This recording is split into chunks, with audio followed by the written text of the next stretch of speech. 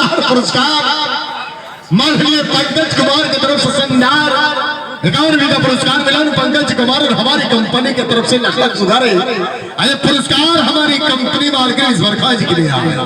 भैया का कहना है कैसे ही रखिए अपने जुल्फ के साए कि जब तक मुझको नींद ना आए डाल दो रुख पे जुल्फ का पहरा कि मुझको मौत भी ढूंढ ना पाए। मैं भैया के लिए जाऊंगा कि शानदार शुक्रिया शुक्रिया